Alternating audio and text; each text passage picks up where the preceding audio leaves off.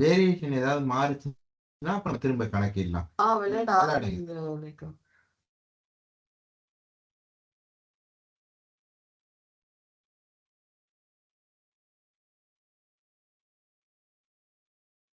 லேக்கா ஆரம்பிப்பா.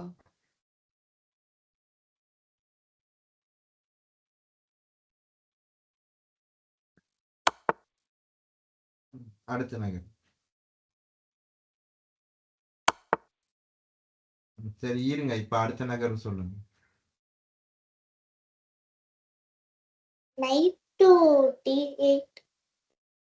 இங்க பாருங்க, இந்த இடத்துல நம்ம அந்த யானையை எடுத்தோம்னு வச்சுக்கோங்களேன், ஒரு குதிரைய அந்த யானைக்கு பதிலா கொடுக்குறோம். ஆனா அதுவே அவங்க மந்திரியை எடுத்துட்டோம்னு வச்சுக்கோங்களேன், நமக்கு மொத்தமாவே ஒரு மந்திரி வந்து கிடைக்குது. நான் வந்து விளையாடினேன்னா அந்த மந்திரி எடுக்கிற நகர்வு தான் விளையாடுவேன். அந்த மந்திரியை எடுக்கும் போதும் அந்த 2 யானைக்கும் இருமுனை தாக்குதல் இருக்கு. அப்ப அவங்க 2 யானையில எந்த யானையை நகர்த்துனாங்கனாலும் ஏதாவது ஒரு யானையை நம்ம எடுத்துக்கலாம்.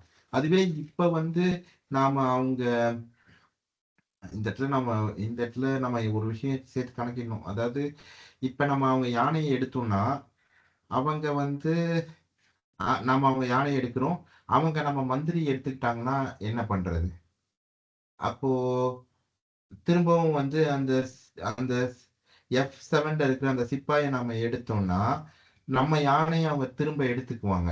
அப்படி அந்த யானையை நம்மளோட மந்திரியும் யானையும் அவங்க எடுத்துக்கிட்டாங்கன்னா நாம வந்து அவங்க அவங்களோட அந்த ஒரு யானையை நாம எடுக்கிறோம்னு வச்சுக்கோங்களேன், திரும்பவும் அவங்க மந்திரியை வச்சு நம்ம குதிரையை எடுத்துருவாங்க.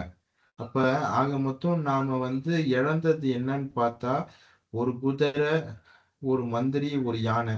அவங்க இழந்தது என்னவோ 2 யானை மட்டும், 2 யானையும் ஒரு சிப்பாயும் மட்டும்தான்ற ஒரு கணக்கா இருக்கும். அதுவே இப்ப நம்ம அவங்க மந்திரியை எடுத்துட்டோம் அப்படின்னா நமக்கு மொத்தமாவே ஒரு மந்திரி கிடைக்கும். அதுக்கு அடுத்த நகர்வுல எதை நகர்த்தினாலும் ஏதாவது ஒரு யானை கிடைக்கும். நான் விளையாடினா நான் அந்த மந்திரி எடுக்கிற நகர்வு தான் விளையாடுவேன். கணினி ஒத்துக்குதான்னு பார்க்கலாம், விளையாடு. நம்ம மந்திரியை வச்சு அவங்க மந்திரியை எடுத்துருங்க. Bishop C bishop C6.